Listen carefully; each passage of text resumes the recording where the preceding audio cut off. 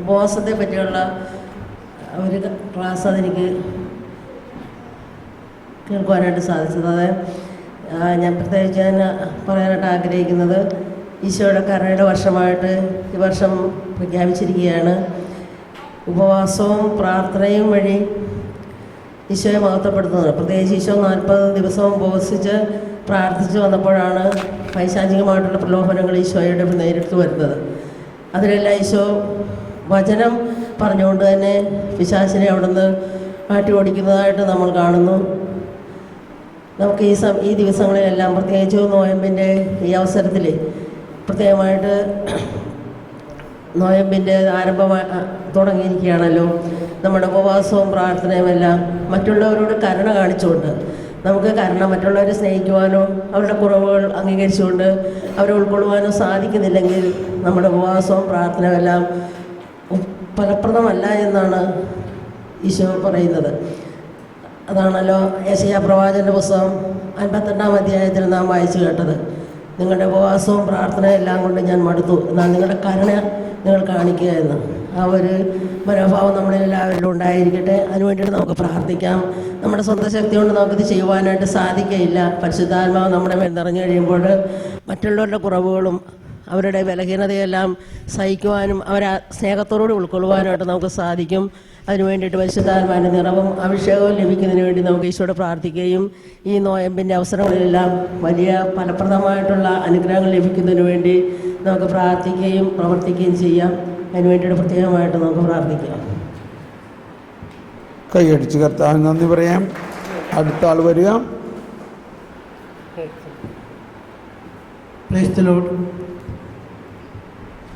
നമുക്ക് കാലത്തെ ക്ലാസ്സിൽ കിട്ടിയതിന് ശേഷം കരിസ്മാറ്റിക് പ്രാർത്ഥനയിൽ 2 കാര്യങ്ങൾ വേണമെന്നാണ് പറഞ്ഞത്. ദൈവരാജ്യ പ്രഘോഷണം, അതിനോടൊപ്പം തന്നെ കാരസം ഉപയോഗിച്ചുള്ള പ്രാർത്ഥനകൾ ആവശ്യമാണ്. ഇതുപോലെ നമുക്ക് കർത്താവ് വീഞ്ഞുണ്ടാക്കിയതിനെ പറ്റി പറഞ്ഞപ്പോൾ അവിടെ പറഞ്ഞിരുന്നു, അവിടുന്ന് പച്ചവെള്ളത്തെ ഹൈഡ്രജനും ഓക്സിജനും മാത്രമേ ഉള്ളൂ, അവിടുന്ന് CH3 CH3 OH എന്നുള്ള രീതിയിൽ ആണ് കർത്താവ് ഈ മിഥൈൽ ആൽക്കഹോൾ ഉണ്ടാക്കുന്നത്. അപ്പോൾ മിഥൈൽ ആൽക്കഹോളിൽ കാർബണിൻ്റെ ഇത് കർത്താവ് തന്നെ ആ വെള്ളത്തിൽ തന്നെ സൃഷ്ടിക്കുന്നു എന്നുള്ള ആ ഒരു വലിയ അത്ഭുതം അതിലാണ് നടക്കുന്നു എന്നുള്ള രഹസ്യം അതിനോട് ചേർത്ത് നമുക്ക് മനസ്സിലാക്കാൻ സാധിച്ചു. ഇതുപോലെ മത്തായിയുടെ സുവിശേഷം 11:28 കർത്താവ് അരുളി ചെയ്യുന്നു, അധ്വാനിക്കുന്നവരും ഭാരം വഹിക്കുന്നവരും എൻ്റെ അടുക്കൽ വരുവിൻ, ഞാൻ നിങ്ങളെ ആശ്വസിപ്പിക്കാം. ആ വചനമാണ് എന്നെ ഏറ്റവും കൂടുതൽ സ്പർശിച്ചത്. അതായത് അധ്വാനിക്കുന്നവരും ഭാരം വഹിക്കുന്നവരും എന്ന് പറഞ്ഞാൽ ഞാൻ വിചാരിച്ച ജീവിത ഭാരങ്ങളും കഷ്ടതകളും ദുരിതങ്ങളും ആണെന്ന് വിചാരിച്ച. ഇന്ന് ബ്രദറിൻ്റെ ക്ലാസ്സിലൂടെ മനസ്സിലായി, ഈ എന്താ പറയുക, മോശയുടെ നിയമങ്ങളും പ്രമാണങ്ങളും പാലിക്കുന്നതിൽ വരുന്ന ആ കഷ്ടപ്പാട് ദുരിതവും അതവർക്ക് നിസ്സഹിച്ചു. അത്രക്ക് ജീവഹാനിക്ക് വരെയുള്ള ബുദ്ധിമുട്ടുകളും പ്രയാസങ്ങളും.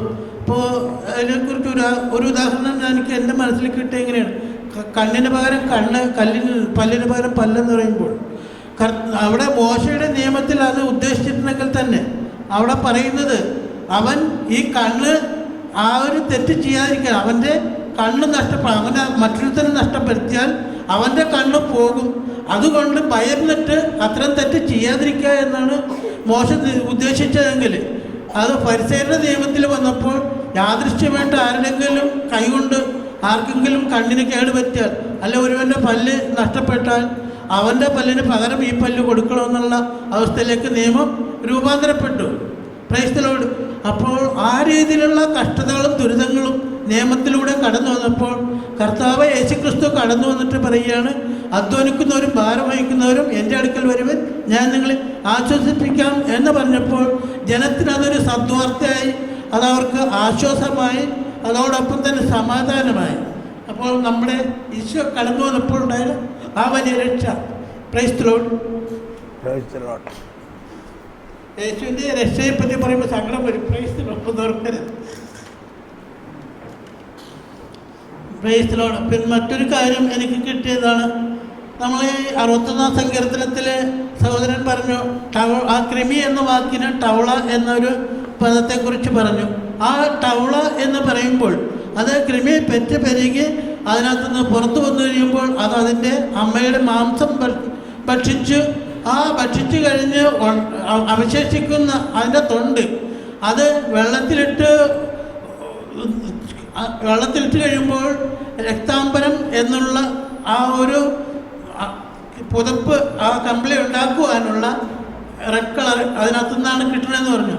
അപ്പോൾ അതിനെക്കുറിച്ച് ധ്യാനിച്ചപ്പോൾ എനിക്ക് എൻ്റെ മനസ്സിൽ കിട്ടിയ ഒരു ഉൾക്കാഴ്ച ഇതാണ്.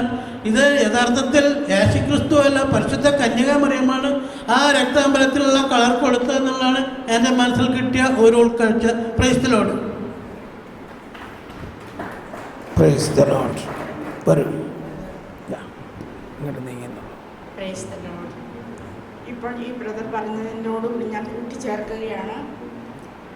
വെള്ളം വീഞ്ഞാക്കി ആ സൃഷ്ട വസ്തുവിനെ വീണ്ടും വേറെ രൂപാന്തരപ്പെടുത്തുവാൻ കർത്താവിന് കഴിയും. അല്ലാതെ എല്ലാവരെയും വീഞ്ഞ് കുടിപ്പിച്ച് സന്തോഷിപ്പിക്കാനല്ല യേശു അത്ഭുതം ചെയ്തത്. ആ വെള്ളത്തെ വീഞ്ഞാക്കി അതിനെ രൂപാന്തരപ്പെടുത്തി വീണ്ടും നമുക്ക് കാണാം വേറൊരു രൂപാന്തരീകരണം വിശുദ്ധ കുർബാനയുടെ സമയത്ത് വീഞ്ഞ് രക്തം ഈശോയുടെ രക്തമായി രൂപാന്തരപ്പെടുന്നു. അതാണ് വേറൊരു അത്ഭുതം എന്നും നടക്കുന്നത്, നമ്മൾ സ്വീകരിക്കുന്നത്. അത് എന്നെ വളരെ സ്പർശിച്ചു ഈ രൂപാന്തരീകരണം പറഞ്ഞപ്പോൾ. പിന്നെ വേറൊരു വചനം എൻ്റെ മനസ്സിലേക്ക് വന്നത് ബ്രദർ പറഞ്ഞതല്ല, ശിലാഹൃദയം നിങ്ങളുടെ ഹൃദയത്തിലെ ശിലാഹൃദയം എടുത്തു മാറ്റി മാംസളമായ ഒരു ഹൃദയം നിങ്ങൾക്ക് ഞാൻ തരും. അതാണ് വചനം എൻ്റെ മനസ്സിലേക്ക് അപ്പോൾ വന്നു. ശിലാഹൃദയം നമ്മളെ പുതിയ സൃഷ്ടിയാക്കുന്ന ആ വലിയ ആ മഹത്വീകരണത്തിലേക്ക് നമ്മളെ നയിക്കുന്ന വലിയ അത്ഭുതം ശിലാഹൃദയം എടുത്തു മാറ്റി നമുക്ക് രൂപാന്തരം പ്രാപിക്കും. നമ്മളുടെ ശിലാഹൃദയം ദൈവം എടുത്തു മാറ്റി നമുക്ക് മാംസളമായ ഒരു പുതിയ ഹൃദയം. നമ്മളിവിടുന്ന് പോകുമ്പോൾ നമ്മളൊരു പുതിയ ഹൃദയത്തോടു കൂടി പോകണം. നമ്മുടെ എല്ലാം ദൈവത്തിന് ഇഷ്ടമില്ലാത്ത സർവ്വതും മാറ്റി നമുക്ക് നല്ലൊരു ഹൃദയം, ദൈവത്തിൻ്റെ പോലെയുള്ളൊരു ഹൃദയം തരാൻ നമുക്ക് പ്രാർത്ഥിക്കാം.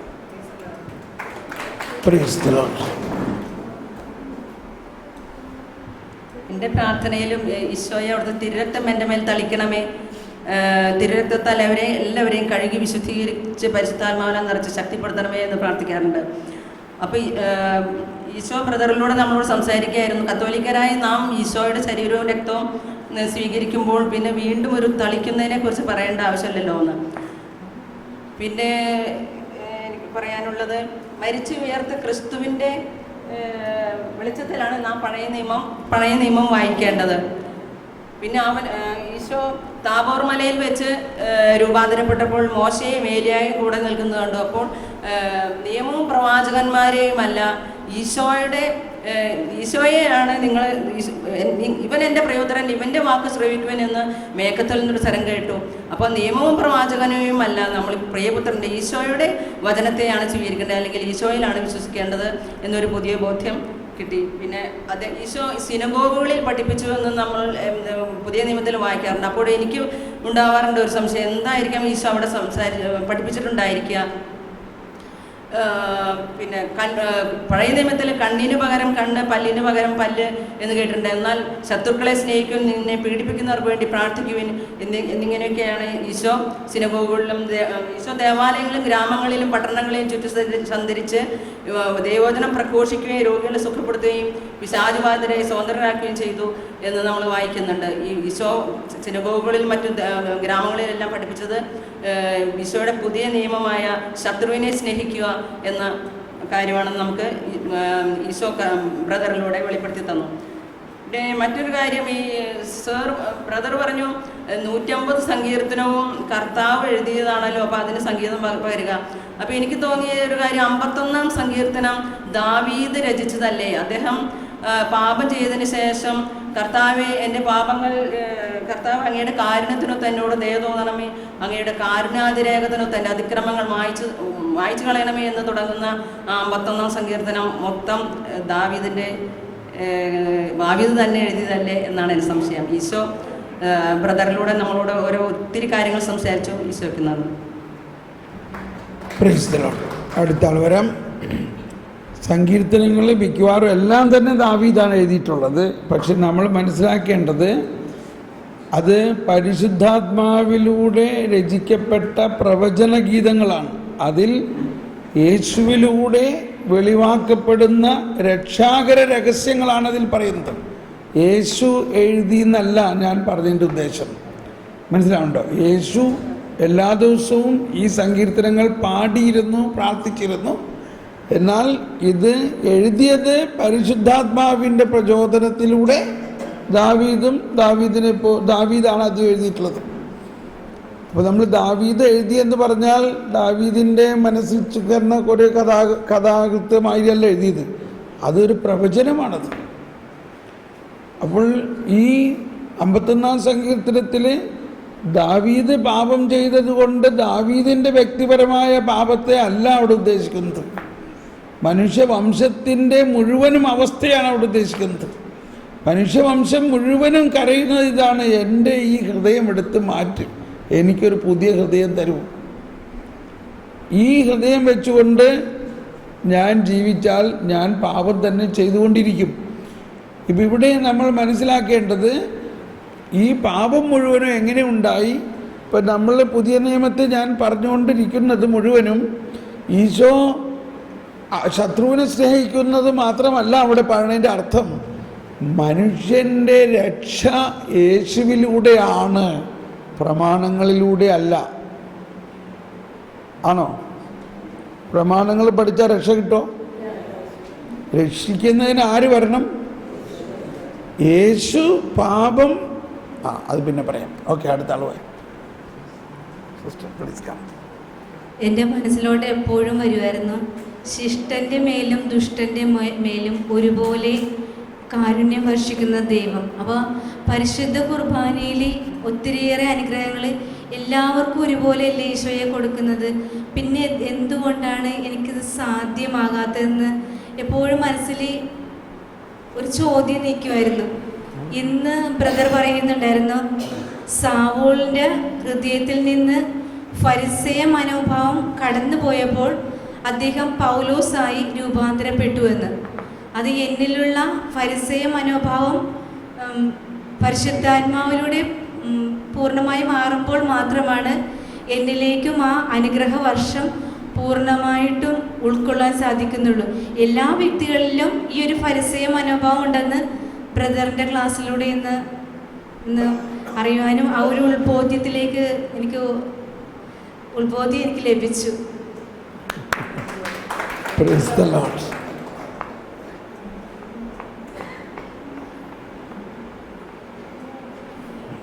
അടുത്ത ആൾ വായോ.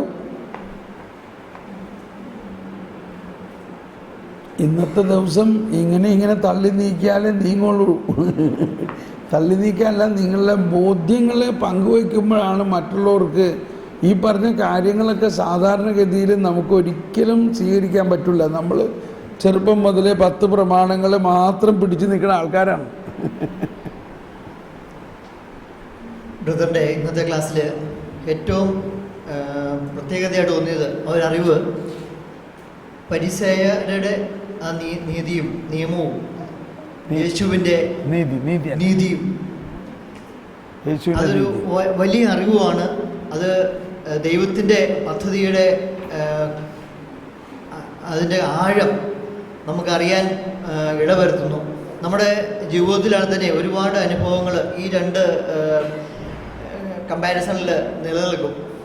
കാരണം പരിസയർ അവനവൻ്റെ ഉയർച്ച അല്ലെങ്കിൽ മറ്റുള്ളവൻ്റെ ഉയർച്ച തീരെ കാണാൻ സന്നദ്ധമല്ലാത്ത, അസൂയപ്പെടുന്ന അല്ലെങ്കിൽ അങ്ങനെയുള്ളൊരു രീതിയാണ് പരിസയൻ്റെ നീതി എന്ന് പറയുന്നത്.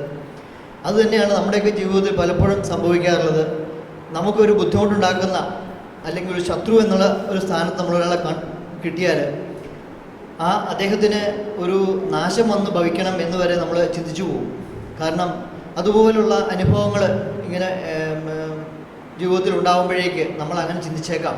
പരിസയ നീതിയിൽ അതാണ് നടക്കുന്നത്. എന്നാൽ യേശുവിൻ്റെ നീതിയിൽ അതല്ല സംഭവിക്കുക. ദൈവം സൃഷ്ടിച്ച എല്ലാം ദൈവം സൃഷ്ടിച്ചത് തന്നെയാണ്. അത് ഒന്നുപോലും നഷ്ടപ്പെടാൻ, നശിച്ചു പോകാൻ ദൈവം ആഗ്രഹിക്കുന്നില്ല എന്നുള്ള വലിയ സത്യം. അതാണ് ശത്രുവിനെ പോലും സ്നേഹിക്കുക, ശത്രുവിനെ സ്നേഹിക്കണമെന്ന് യേശു നമ്മളോട് പറഞ്ഞതിൻ്റെ അന്തസത്യം അത് തന്നെയാണ്. കാരണം അവൻ്റെ നാശം നമ്മൾ ആഗ്രഹിക്കുന്നു, പക്ഷേ അതല്ല വേണ്ടത്.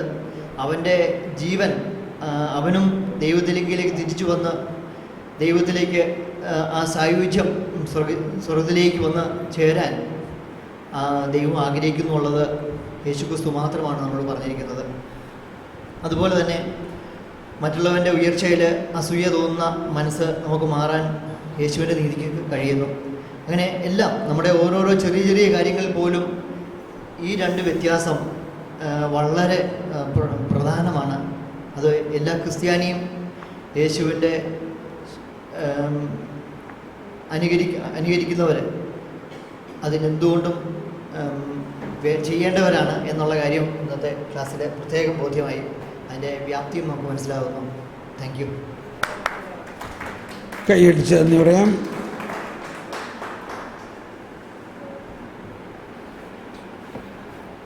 Price lord. ഒത്തിരി നല്ല ബോധ്യങ്ങളിൽ ഈ ദിവസങ്ങളിൽ അതിലൂടെ കർത്താവ് നമ്മെ നയിക്കുകയായിരുന്നു. ശരിക്കും ഞാൻ ചിന്തിക്കുകയായിരുന്നു, ആനയെപ്പറ്റി ഇങ്ങനെ പറയാറുണ്ട്, ആനയുടെ ചെവി കാരണം ആനയുടെ മുഴുപ്പ് ആനയ്ക്കറിയാൻ പറ്റാത്തതിനാലാണ് ആന അതിൻ്റെ പൂർണ്ണമായ ശക്തി പ്രകടിപ്പിക്കാത്തതെന്ന്. പലപ്പോഴും ഈ ക്ലാസ്സുകളുടെ വെളിച്ചത്തിൽ ഒരു ക്രിസ്ത്യാനിയിൽ അന്തർലീനമായിരിക്കുന്ന ദൈവിക ശക്തി എത്രമാത്രം അപാരമാണെന്ന് കൂടുതൽ കൂടുതൽ ബോധ്യങ്ങളിലേക്ക് കടന്നു വരാനായിട്ട് സാധിച്ചു. അതിന് വേറൊരു ക്ലിക്ക് ചെയ്ത് ഈ നമ്മുടെ പാപങ്ങളെല്ലാം നമ്മുടെ പരിസയ മനോഭാവമാണ് നമ്മെ തകർക്കുന്നതോടൊരു ബോധ്യം കിട്ടി. അതോടൊപ്പം പിന്നെ ബ്രദർ ഇങ്ങനെ പറഞ്ഞു, എല്ലാം കാണുന്ന ദൈവം, എല്ലാം കേൾക്കുന്ന ദൈവം, പക്ഷേ ഒന്നും കാണാത്തവനെ ഇപ്പോൾ അന്ധനായിട്ട് അല്ലെങ്കിൽ ബദിരനായിട്ടാണ് ദൈവം നമ്മോട് സമീപിക്കുന്ന നമ്മെ കാണുന്നത് എന്നുള്ളൊരു വലിയ ബോധ്യം യേശയ്യാപ്രവാചകൻ്റെ വചനഭാഗങ്ങൾ ഉദ്ധരിച്ചിട്ട് വളരെ നല്ലൊരു ബോധ്യത്തിലേക്ക്, വലിയ തിരിച്ചറിവിലേക്ക് നയിക്കാനിടയായി. അതുപോലെ നമ്മുടെ ദൈവം നൽകിക്കുന്ന വരദാനങ്ങൾ നമ്മുടെ ആത്മീയ ജീവിതത്തിൽ ശുശ്രൂഷയ്ക്ക് വേണ്ടി പ്രയോഗിക്കാനുള്ള ആയുധങ്ങളാണെന്നുള്ളൊരു ബോധ്യം കിട്ടി. അതുപോലെ ഞാനിങ്ങനെ പരിശുദ്ധാത്മാവിന് വേണ്ടിയിട്ടൊക്കെ നിരന്തരം പ്രാർത്ഥിക്കും. ദൈവത്തിൻ്റെ കൃപയാൽ നിരന്തരം നയിക്കപ്പെടുന്ന വ്യക്തിയാണെങ്കിൽ പോലും ഈ ജ്ഞാനത്തിന് വേണ്ടിയിട്ട് കൂടുതൽ പ്രാർത്ഥിക്കാറില്ലായിരുന്നു. പക്ഷേ ഇന്നലത്തെ ക്ലാസ്സിൻ്റെ വെളിച്ചത്തിലും പ്രവർത്തനത്തിലെ 6, 7, 8, 9 സംഖ്യ ജ്ഞാനത്തിൻ്റെ പുസ്തകം വായിക്കണമെന്നൊക്കെ പറഞ്ഞാൽ ഞാനത് വെളുപ്പിന് ദിവ്യാനുസരിച്ച് പോയി നന്നായിട്ട് വായിച്ച് പൂത്തി നല്ല ബോധ്യങ്ങളിലേക്ക് കടന്നു വരാനായിട്ട് സാധിച്ചു. അപ്പോൾ ഒരു ബ്രദർ ഇങ്ങനെ ഇന്നലെ പറഞ്ഞ ബ്രദറിൻ്റെ തൊഴിൽ മേഖലയിൽ ദൈവം ആരാലും ചെയ്യാൻ പറ്റാത്തൊരു വലിയ കാര്യം ബ്രദറിലൂടെ ചെയ്ത ഒരു സംഭവം അല്ലെങ്കിൽ പറഞ്ഞു. അപ്പോൾ എൻ്റെ മനസ്സിലിങ്ങനെ ഞാൻ ഹിന്ദി ചെറിയ സംഭവം എന്ന് പറയാൻ കുഴപ്പമില്ല. ഹിന്ദുസ്ഥാൻ ന്യൂസ് പ്രിന്റിൽ കോൺട്രാക്ട് ലേബറായിട്ട് വർക്ക് ചെയ്യാം. അപ്പോൾ ഞാൻ അവിടെ നവീകരണത്തിൽ ദൈവത്തിൻ്റെ കൃപയാൽ അവിടെ കൂടുതലും ഈ അക്രൈസ്തരാണ്, ഹിന്ദുക്കളും മുസ്ലിങ്ങളൊക്കെയാണ്. നമ്മുടെ ക്രിസ്ത്യർ ന്യൂനപക്ഷമുള്ളൂ. എന്തെങ്കിലും ദൈവത്തിൻ്റെ ഒരു കാര്യങ്ങൾ ഉപകരണമായിട്ട് കർത്താവിനെ ഉപയോഗിച്ചുകൊണ്ടിരിക്കുന്നുണ്ട്. ഇപ്പോൾ ഒരു കുറേ വർഷങ്ങൾക്ക് മുമ്പ് ഒരു തീപിടുത്തം ഉണ്ടായി കഴിഞ്ഞപ്പോഴത്തേക്കും രാത്രിയിൽ ഞാനിങ്ങനെ പ്രാർത്ഥിച്ച് എൻ്റെ ജോലി തീർത്തിട്ട് ഞാൻ ഇങ്ങനെ ഇരിക്കുമ്പോഴത്തേക്ക് ഇങ്ങനെ ഒരു ഭയങ്കരമായിട്ട് ഫയർ ഇങ്ങനെ പാതിരായിരം 2002 ഇങ്ങനെ ഫയർ ഇങ്ങനെ ഈ ഫുള്ള് ലൈറ്റ് തെളിഞ്ഞെടുക്കുക. പക്ഷേ ഞാൻ നിൽക്കുന്നതിനേക്കാൾ 100-150 മീറ്റർ അപ്പുറത്ത് പേപ്പർ മെഷീൻ്റെ വെറ്റുണ്ടെന്ന് പറയും. അതായത് പൾപ്പ് ഇങ്ങനെ വെള്ളത്തോടുകൂടി പേപ്പറാകാനായിട്ട് ഇങ്ങനെ പാസ് ചെയ്ത് വരുന്ന ഫസ്റ്റ് ടൈം സ്ഥലം. അപ്പോൾ അവിടെ മുഴുവൻ വെള്ളം സ്പ്രേ ചെയ്യുന്നതുകൊണ്ട് പൾപ്പിനകത്ത് മുഴുവൻ വെള്ളം. പക്ഷേ പാതിരായി കഴിഞ്ഞപ്പോൾ എല്ലാവരും ഇങ്ങനെ അവിടെയൊക്കെ ഓപ്പറേറ്റർമാരുണ്ട്, അവരിങ്ങനെ വെള്ളം കുടിച്ചിട്ട് ഇങ്ങനെ കിടന്ന് മയങ്ങിയായിരുന്നു. അപ്പോൾ ഞാനിങ്ങനെ ഇങ്ങേറ്റത്ത് നിന്ന് എൻ്റെ ഡ്യൂട്ടി തീർത്തിട്ട് ജീവജാല വായിക്കാനായിട്ട് ഇങ്ങനെ ഒരു പെട്ടിയുടെ പുറത്തിരിക്കുന്നത്. അപ്പോൾ ഞാൻ നോക്കുമ്പോൾ ഇങ്ങനെ ഒരു പ്രകാശം ഇങ്ങനെ സ്പ്രെഡ് ചെയ്ത് ഇങ്ങനെ ഇതാണ്. ഇപ്പോൾ പെട്ടെന്ന് തന്നെ മനസ്സിലിങ്ങനെ തോന്നുന്നത്, അത് ഈ രാത്രിയിൽ അവിടെ ബിൽഡിംഗ് ഒന്നും നടക്കുന്നില്ല, പിന്നെ അങ്ങനെ ഈ പ്രകാശം അങ്ങനെ വരുന്നതെന്നു.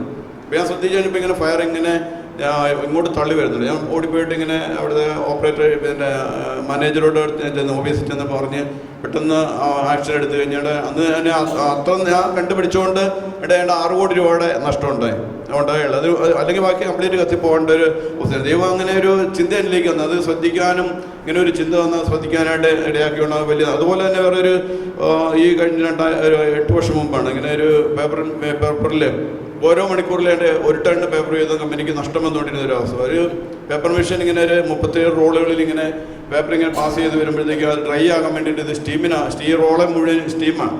അപ്പോൾ ഈ സ്റ്റീമിൻ്റെ ഈ മെഷീൻ മൊത്തം ഇങ്ങനെ പാക്ക് ചെയ്തേക്കുക, സ്റ്റീം നഷ്ടപ്പെടാതിരിക്കാനായിട്ടും മറ്റ് കാറ്റ് അങ്ങനെ ഒന്നും ഉണ്ടാകാതിരിക്കാനായിട്ടും. അപ്പോൾ അതിൻ്റെ ആ ഭാഗത്ത് വെള്ളത്തിൻ്റെ അംശം പോലും ഇല്ല. ഇപ്പോൾ ഈ വെറ്റൻ്റെ നിന്ന് ഇങ്ങനെ പോകുന്ന പാസ് ചെയ്ത് കഴിഞ്ഞാൽ ഡ്രൈ ആയിട്ട് ഫൈനൽ വരുമ്പോഴത്തേക്കും നന്നായിട്ട് ഉണങ്ങി ഡ്രൈ പേപ്പറായിട്ട് വേറെ റോളിലേക്ക് ചുറ്റുകയായിരുന്നു. അപ്പോൾ അങ്ങനെ പാസ് ചെയ്യുമ്പോൾ ഒരു ദിവസം ഇങ്ങനെ ഒരു പേപ്പറിൽ ഇങ്ങനെ ഒരു ഹോള് വീഴുന്നുണ്ട്. ഹോള് വീഴുന്നതായിട്ട് ഇങ്ങനെ കുറേ 3 ആഴ്ചകൾ അവിടെ ഉണ്ടായിരുന്ന എല്ലാ സാറന്മാരും ഇങ്ങനെ പരിശോധിച്ച്, എഞ്ചിനീയർമാരും ഓപ്പറേറ്റർമാരും മാനേജർമാരൊക്കെ പരിശോധിച്ചിട്ട് ഇതിൻ്റെ കാരണം കണ്ടുപിടിക്കാനായിട്ട് സാധിക്കുന്നില്ല. ഒരു തുള്ളി വെള്ളം വീഴുന്നതെന്ന് മനസ്സിലാകുന്നു, പക്ഷേ എവിടുന്ന വെള്ളം വീഴുന്നതെന്ന് കണ്ടുപിടിക്കാനായിട്ട് ഇവർ നോക്കിയിട്ട് സാധിക്കുന്നില്ല. അപ്പോൾ എല്ലാ മണിക്കൂറിലും ഓരോ ടൺ പേപ്പർ ഡാമേജ് ആയിട്ട് ഇത് നഷ്ടപ്പെട്ടുകൊണ്ടിരിക്കുക. അപ്പോൾ അങ്ങനെ അത് ഇവർക്ക് കണ്ടുപിടിക്കാൻ പറ്റാത്തതുകൊണ്ട് ഡൽഹിയിൽ നിന്ന് നേരത്തെ ഇവിടെ വർക്ക് ചെയ്തുകൊണ്ടിരുന്ന ഒരു ഉയർന്ന ഉദ്യോഗസ്ഥൻ BRS എടുത്ത് വേറെ ജോലിക്ക് പോയി. അയാളുടെ 50,000 രൂപ ഓഫർ ചെയ്തിട്ട് തിരിച്ച് പുള്ളിനെ ഇവിടെ കൊണ്ടുവന്ന് ഇങ്ങനെ പുള്ളി വന്നിങ്ങനെ നോക്കിയിട്ടുണ്ട്. ഇപ്പം എൻ്റെ കൂടെ വർക്ക്, ഇപ്പം ഞാനിങ്ങനെ പാടത്തേക്ക് ഇങ്ങനെ നടന്നത് ഇവിടെ അത് കണ്ടുപിടിക്കാനായിട്ട് നടക്കുക. അപ്പോഴത്തേക്ക് ഇങ്ങനെ എൻ്റെ ഒരു കൂടെ വർക്ക് ചെയ്യുന്ന ഒരു രവി എന്ന് പറഞ്ഞൊരു വെള്ളം വീഴുന്നതാണെന്ന് മനസ്സിലാകുന്നത്, എവിടെ നിന്നാന്ന് കണ്ടുപിടിക്കാൻ പറ്റുന്നില്ല എന്ന്. അപ്പോൾ ഞാനിങ്ങനെ പാടത്തേക്ക് ഇങ്ങനെ പേപ്പേഴ്സിൻ്റെ സൈഡിൽ കൂടെയൊക്കെ നടന്നു കഴിഞ്ഞിട്ട് തിരിച്ചു വരുമ്പോഴത്തേക്ക് ഇങ്ങനെ പിന്നെ ഈ കലണ്ടർ എന്ന് പറയും, പേപ്പർ ഇങ്ങനെ ഈ മെഷീനിൽ നിന്ന് റോളിലേക്ക് പാസ് ചെയ്യുന്ന ആ ഭാഗത്തിന് കലണ്ടർ എന്ന് പറയും. അപ്പോൾ അവിടെ ആകുമ്പോഴത്തേക്ക് ഇങ്ങനെ എയറടിച്ച ഫ്ലോർ ഇങ്ങനെ ക്ലീൻ ആയിട്ട് കിടക്കുമ്പോൾ അവിടെ പൊടിയൊക്കെ ഉണ്ട്. പക്ഷേങ്കിൽ ഒരു തുള്ളി വെള്ളം ഇങ്ങനെ നിലത്ത് വീണിട്ട് ഒരു തുള്ളി വെള്ളമുള്ളൂ, ഇങ്ങനെ വീണിട്ട് ഇങ്ങനെ ചിതറി കിടക്കും. അപ്പോൾ എനിക്ക് പെട്ടെന്ന് പരിശുദ്ധമായി മനസ്സിലാക്കി, ഇവിടെ വെള്ളം ഇങ്ങനെ മുകളിൽ നിന്ന് വീഴാനായിട്ട് സാധ്യതയില്ലല്ലോ, പിന്നെ എങ്ങനെ വെള്ളം ഇവിടെ വന്നത്. അപ്പോൾ ഞാൻ അവിടെ നിന്ന് ആത്മാവ് എന്നെ ഇങ്ങനെ എൻ്റെ മനസ്സിൽ ഇങ്ങനെ ഞാൻ അങ്ങനെ ചിന്തിക്കാനൊരു കാരണമില്ല. ദൈവത്തിൻ്റെ പരിശുദ്ധാത്മാവ് എന്നോട് പ്രവർത്തിക്കാമെന്ന് 100% എനിക്ക് ബോധ്യമുണ്ട്. അപ്പോൾ ഞാനിന്ന് ഇന്ന് ശ്രദ്ധിച്ച് കഴിയുമ്പോഴത്തേക്കും വീണ്ടും ഒരു ഈ പേപ്പറിൻ്റെ ഓരോ തുള്ളി വെള്ളം വീഴുന്ന ഗ്യാപ്പിന് അത്ര ഡിസ്റ്റൻസ്, ഏതാണ്ട് ഒരു 3/4 മിനിറ്റ് ഗ്യാപ്പിൽ വീണ്ടും ഒരു തുള്ളി വെള്ളം കൂടി. അപ്പോൾ ഞാനൊരു പേപ്പർ എടുത്ത് പിടിച്ചു നോക്കി. അപ്പോൾ അങ്ങനെ വീണ്ടും അവിടെ നിന്ന് തന്നെ വേണം. അപ്പോൾ അവിടെ ആ വെള്ളം വേണമെന്ന് വെച്ചാൽ ഈ പേപ്പറിൻ്റെ പാക്കിങ്ങിൻ്റെ മുകളിൽ ഇതിന്ന് സ്റ്റീം ഇങ്ങോട്ട് കൂടിയിട്ട് അവിടെ നിന്ന് ഇങ്ങനെ വെള്ളം വീണു. സാധാരണ ഒരിക്കലും വരുമ്പോൾ വീണിട്ടില്ല, വീഴാറില്ല, അങ്ങനെ പ്രശ്നം ഉണ്ടാവില്ല. പക്ഷെ അങ്ങനെ സ്റ്റീം ഇതായിട്ട് വന്നിട്ട് താഴേക്ക് ഇടയ്ക്കിടയ്ക്ക് ഇങ്ങനെ വീണുകൊണ്ടിരിക്കുന്നതാണ് ഈ വെള്ളം വീണുകൊണ്ടിരിക്കും. അപ്പോൾ അത് ഞാൻ കണ്ടുപിടിച്ച് കഴിഞ്ഞപ്പോൾ എല്ലാവരും ഈ ഡൽഹിയിൽ നിന്ന് കാണാമെന്ന് ഇത് കണ്ടുപിടിക്കാനായിട്ട് വന്നു. ഇത് പരിശുദ്ധാത്മാവ് എന്നിലൂടെ ഇത് കാണിച്ചില്ലെങ്കിൽ ആരും പിടിക്കുകയില്ല. കാരണം അവിടെ അങ്ങനെ ഒരു സാധ്യത, അങ്ങനെ ഒരു വെള്ളം വീണുള്ള യാതൊരു സാധ്യതയില്ലാത്ത സ്പോട്ടായാണ്. എന്നാലും പരിശുദ്ധാത്മാവ് ഇങ്ങനെ കാണിച്ചു അത് ഇത് കാണിച്ചു കഴിഞ്ഞപ്പോൾ ആ വന്ന മനുഷ്യനൊക്കെ എനിക്ക് ക്ഷയിക്കാൻ്റെ വന്ന് സർമാരൊക്കെ ക്ഷയിക്കാൻ്റെ വന്ന് അഭിനന്ദിച്ചിട്ട് കടന്നുപോയി. പക്ഷേ ദൈവത്തിൻ്റെ പരിശുദ്ധാത്മാവ് നമ്മൾ പ്രാർത്ഥനാപൂർവ്വം പ്രവർത്തിക്കുന്ന മേഖലകളിൽ നമ്മെ കർത്താവിൻ്റെ കരങ്ങളിൽ ഉപകരണമാക്കി ഉപയോഗിക്കും. ദൈവിക ജ്ഞാനം നമ്മൾ പോലും ചിന്തിക്കാൻ പറ്റാത്ത രീതിയിലുള്ള ജ്ഞാനം നമുക്ക് തന്നുകൊണ്ട് നമ്മെ പരിപാലിക്കും, നയിക്കും, ഉപയോഗിക്കും എന്നുള്ളൊരു ചിന്ത എനിക്ക് മനസ്സിലാക്കും. പേസ്റ്ററോ കൈയടിച്ച് കർത്താവ് നന്ദി പറയാം.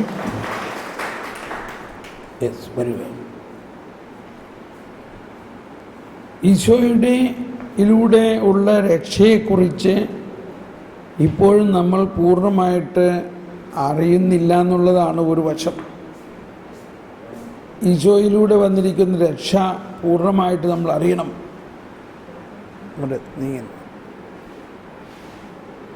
യേശുവേ സ്തോത്രം, യേശുവേ സ്തുതി, യേശുവേ നന്ദി. ഈ ക്ലാസ്സിൽ എനിക്ക് മനസ്സിലായത്, എന്നിലൊരു ഫരിസേയൻ ജീവിക്കുന്നുണ്ടെങ്കിൽ അത് തീർച്ചയായിട്ടും ഇല്ലായ്മ ചെയ്യണം. അതോടൊപ്പം തന്നെ നമ്മുടെ കൂട്ടായ്മകളിൽ ആ ഒരു ഫരിസേയ മനോഭാവം ഇല്ലാതെ വരട്ടെ എന്ന് പ്രാർത്ഥിക്കുന്നു. കൂട്ടായ്മകൾ വളരാതിരിക്കുന്നത് ഈ ഒരു ഫരിസേയ മനോഭാവം ഉള്ളത് കൊണ്ടാവാം. ഒരു ഫരിസേയ മനോഭാവം നമ്മളിൽ ഉണ്ടാവുകയാണെങ്കിൽ തീർച്ചയായിട്ടും നമ്മൾ പിശാചിനോളം താഴുകയാണ് ചെയ്യുന്നത്. നമ്മുടെ ഈശോ നമുക്ക് വേണ്ടി ആ രക്തം നമുക്ക് വേണ്ടി ചിന്തിയെങ്കിൽ, നമ്മളെ പുത്രന്മാരും പുത്രികളുമാണെങ്കിൽ നമ്മൾ അവകാശികളാണ്. നമ്മൾ പൂർണ്ണമായിട്ടും ആ മക്കളെന്നുള്ള അവകാശം നമുക്ക് കിട്ടിയിട്ടുണ്ട്. അതുകൊണ്ട് നമുക്ക് ഓരോ യേശുവിനെ പോലെ തന്നെ നമുക്കും ആ സ്ഥാനത്തേക്ക് ഉയരാനുള്ള ഒരു കൃപയാണ് നമുക്ക് ആ യേശുവിൻ്റെ തിരുരക്തത്തിൽ നമുക്ക് ലഭിച്ചിരിക്കുന്നത്. അതോടൊപ്പം തന്നെ നമുക്ക് ആ രക്ഷ, അത് നമുക്ക് കിട്ടുന്ന എല്ലാ വരങ്ങളും ഉപയോഗിക്കുമ്പോൾ നമുക്കൊരു ഭയം ഉണ്ടായിരുന്നു. കാരണം ഇങ്ങനെ ഉപയോഗിക്കുമ്പോൾ നമ്മളിൽ പാപാവസ്ഥകളുണ്ടെങ്കിൽ ശുശ്രൂഷ ചെയ്യുമ്പോൾ എന്തെങ്കിലും ബുദ്ധിമുട്ടുണ്ടാകുമോ, ആ ഒരു ചിന്ത ഉണ്ടായിരുന്നു. പക്ഷേ ഇന്നത്തെ ക്ലാസ്സിൽ, അവരുടെ ക്ലാസ്സിൽ മനസ്സിലായി, നമ്മളെ പാപം ചെയ്യുമ്പോഴും ക്ഷമിക്കുന്ന ഒരു ദൈവമാണ് നമ്മുടേത്. അതുകൊണ്ട് തന്നെ ആ ഉള്ളം കൈകളിലാണ് നമ്മൾ ഇരിക്കുന്നത്. അത് വരദാനങ്ങൾ ഉപയോഗിക്കുമ്പോഴും നമ്മൾ ആ വിശ്വാസത്തോടു കൂടി ആ വരദാനങ്ങൾ ഉപയോഗിക്കുമ്പോൾ അവിടെ കൃപകൾ ഒഴുകും. നമ്മളല്ല, അവിടെ കർത്താവിൻ്റെ കൃപകൾ ഒഴുകും എന്നുള്ളൊരു ബോധ്യം എന്നിലുണ്ടായി. ഈശോമിശിഹായ്ക്ക് സ്തുതിയായിരിക്കട്ടെ. കൈയടിച്ച് എന്ന് പറയാം. Price the Lord. ഇനി ആരോ വരാണ്ടെന്ന് തോന്നുന്നു. വരും.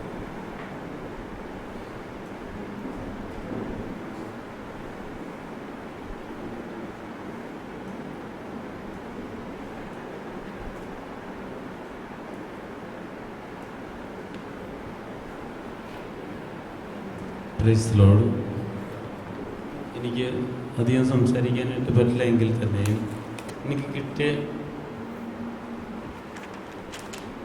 എനിക്ക് കിട്ടിയ ഉത്ബോധ്യം പറയണമെന്ന് എനിക്ക് തോന്നി.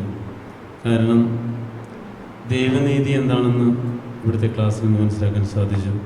അതുപോലെ യഥാർത്ഥ ദൈവനീതി ആണ് കരുണയെന്നും മനസ്സിലാക്കുവാൻ സാധിച്ചു. പിന്നെ പരിസയ മനോഭാവം, തീർച്ചയായിട്ടും എന്നിലും പരിസയ മനോഭാവം ഉണ്ടായിരുന്നു, ഇപ്പോഴും ഉണ്ടെന്ന് തന്നെ ഞാൻ വിശ്വസിച്ചു. കാരണം ചില കാര്യങ്ങളിൽ സംസാരിക്കുമ്പോൾ ആ ഒരു രീതി വന്നു പോകുന്നുണ്ട്. അത് ശരിക്കുള്ള ഒരു ബോധ്യം ഇപ്പം എനിക്ക് ലഭിച്ചിട്ടുണ്ട്. കൂടാതെ സങ്കീർത്തനങ്ങൾ ഒത്തിരി വായിക്കാറുണ്ട്. 91, 23, 70, 35 എല്ലാം വായിക്കാറുണ്ടെങ്കിൽ പോലും പക്ഷെ അത് ഇത്രയ്ക്ക് അതിൻ്റെ അർത്ഥങ്ങൾ, അതായത് ക്രിസ്തു ജനിക്കുന്നതിന് മുൻപ് പരിശുദ്ധാത്മാവിനാൽ ആ ക്രിസ്തുവിൻ്റെ ആ അനുഭവങ്ങൾ തന്നെയാണ് അത് വിവർത്തനം ചെയ്തിരിക്കുന്നത് എന്നുള്ളത് ബോധ്യം ഇന്നത്തെ ക്ലാസ്സിലൂടെ എനിക്ക് ബോധ്യമായി. അതുപോലെ ധാരാളം അറിവ് ലഭിക്കണമെന്ന് പ്രാർത്ഥിച്ചുകൊള്ളുന്നു. യേശുവേ സ്തോത്രം. യേശുവേ. Praise the Lord.